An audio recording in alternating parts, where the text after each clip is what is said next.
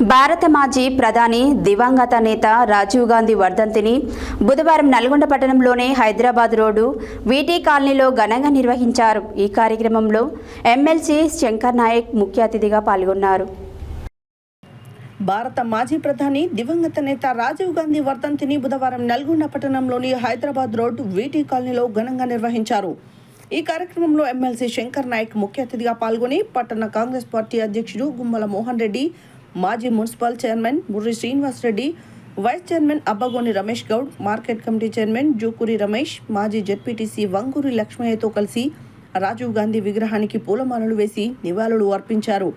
ఈ సందర్భంగా ఆయన మాట్లాడుతూ దేశానికి రాజీవ్ గాంధీ చేసిన సేవలను కొనియాడారు. పార్టీ శ్రేణులంతా రాజీవ్ గాంధీ ఆశయ సాధన కోసం కృషి చేయాలని పిలుపునిచ్చారు. ఈ కార్యక్రమంలో కాంగ్రెస్ పార్టీకి చెందిన మాజీ ప్రజాప్రతినిధులు, పార్టీ నాయకులు, కార్యకర్తలు, మహిళా కాంగ్రెస్, యువజన కాంగ్రెస్ నాయకులు పాల్గొన్నారు.